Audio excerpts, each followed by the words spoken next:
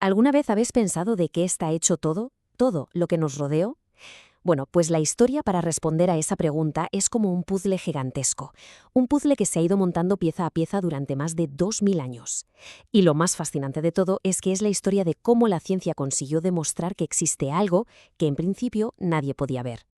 Y aquí es donde empieza lo bueno, el gran misterio de todo esto.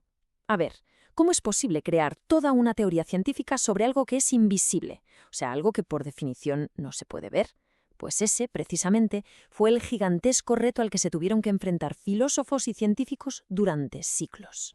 Bueno, pues en esta historia hay una figura clave, el que por fin consiguió poner todas las piezas juntas. Hablamos de John Dalton. Estamos a principios del siglo XIX y su verdadera genialidad fue coger una idea filosófica, una idea de hace miles de años, y conectarla con las pruebas de laboratorio más recientes. El resultado fue una solución que literalmente cambió la química para siempre. Y ojo, que él lo sabía. Dalton era perfectamente consciente de lo enorme que era su idea. Con esta frase que vemos aquí, no estaba proponiendo un pequeño ajuste. ¿Qué va? Estaba planteando una revolución en toda regla. Él estaba segurísimo de que su teoría iba a convertir la química en, como él decía, una ciencia de gran simplicidad. Vale, pues para encontrar la primerísima pieza de nuestro puzzle tenemos que hacer un viaje en el tiempo. Y un viaje largo, ¿eh? Nos vamos directos a la antigua Grecia. Porque fue allí donde un filósofo puso la primera piedra. Y no lo hizo con experimentos ni laboratorios, sino solo con el poder de la lógica, del puro razonamiento. Mirad, Demócrito y su maestro Leucipo se hicieron una pregunta muy simple. ¿Qué pasa si coges algo, lo que sea, y lo empiezas a cortar por la mitad? Y otra vez, y otra. Llegaría un momento, pensaron ellos, en el que tendrías una partícula tan pequeña que ya no se podría cortar más. Pues a esa partícula fundamental, la llamaron átomo, que en griego significa, precisamente, indivisible, o lo que no se puede cortar. Y para ellos, todo, absolutamente todo en el universo, desde una piedra hasta nuestros propios pensamientos, estaba hecho de estos átomos moviéndose por el vacío. Una idea increíble para la época.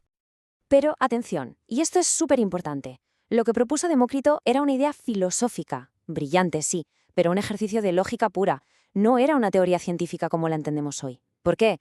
Pues porque no se basaba en experimentos, no se podía poner a prueba en un laboratorio. Era, digamos, una idea genial, un concepto, pero no un modelo científico con el que trabajar. A ver, si la idea era tan buena, uno se pregunta, ¿por qué desapareció del mapa durante tantísimo tiempo? Pues la respuesta es que apareció otra idea. Una idea mucho más fácil de entender, más intuitiva y que además venía defendida por una de las mentes más influyentes de toda la historia. Y claro, esa idea lo eclipsó todo. Hablamos de Aristóteles, claro. Él propuso algo totalmente diferente, que todo, absolutamente todo, estaba hecho de solo 4 elementos básicos: tierra, agua, aire y fuego. Y claro, esta idea era súper atractiva. ¿Por qué? Porque la podías experimentar con tus propios sentidos. Podías ver la tierra, tocar el agua, sentir el aire, el calor del fuego. Los átomos de Demócrito, que eran invisibles, no tenían nada que hacer contra algo tan directo y evidente. Y el dominio de la idea de Aristóteles fue casi total. Estamos hablando de 2000 años. 2 milenios. Durante todo ese tiempo su visión del mundo fue la versión oficial, la que se enseñaba en todas partes, apoyada por las instituciones más importantes. Y mientras tanto, la idea del átomo quedó apartada, casi olvidada. Fue un desvío larguísimo en la historia de la ciencia. Pero la historia da un giro.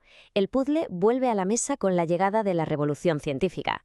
A partir del siglo XVII, una nueva generación de químicos empieza a hacer algo que en ese momento era radical: experimentar. Dejaron de solo pensar y se pusieron a medir, a pesar, a mezclar. Y al hacerlo empezaron a encontrar las pistas clave que, sin saberlo, iban a resucitar la vieja idea del átomo. Y de repente, ¡zas!, las piezas del puzzle empiezan a caer sobre la mesa una detrás de otra. Fijaos qué rápida fue todo. Primero, Robert Boyle redefine lo que es un elemento, y poco después llegan Antoine Lavoisier y Joseph Proust, y ellos, con sus balanzas y sus mediciones súper precisas, establecen dos leyes fundamentales que la teoría de los 4 elementos de Aristóteles sencillamente no podía explicar. Estas eran las pistas que iban a cambiarlo absolutamente todo. La primera gran pista vino de Lavoisier. Lo que él demostró, básicamente, es que la materia no es magia, no aparece de la nada ni desaparece sin más. O sea, si quemas un trozo de madera, parece que desaparece, ¿verdad? Pues no. Lavoisier demostró que si pesas las cenizas y todos los gases que se han producido, la masa es exactamente la misma que la de la madera original más el oxígeno que se ha usado para quemarla. Nada se crea ni se destruye, solo se reorganiza, se transforma.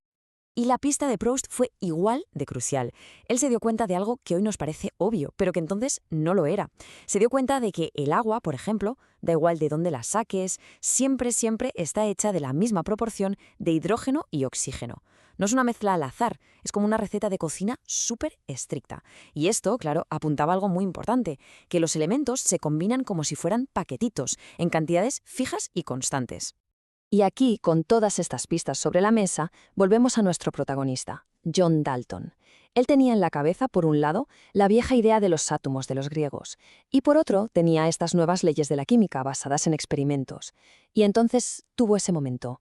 Eureka. Se dio cuenta de que todo encajaba, todo tenía sentido si unías las dos cosas. Lo que hizo Dalton fue una genialidad. Cogió la idea de Demócrito, la del átomo, y la usó como el esqueleto para explicar todo lo demás. A ver, pensó él, si la materia está hecha de átomos que no se destruyen, sino que solo se cambian de sitio en las reacciones, eso explica perfectamente la ley de Lavoisier.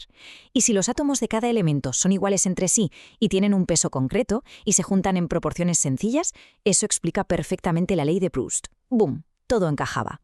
Y esto es, sencillamente, el poder de una buena teoría científica.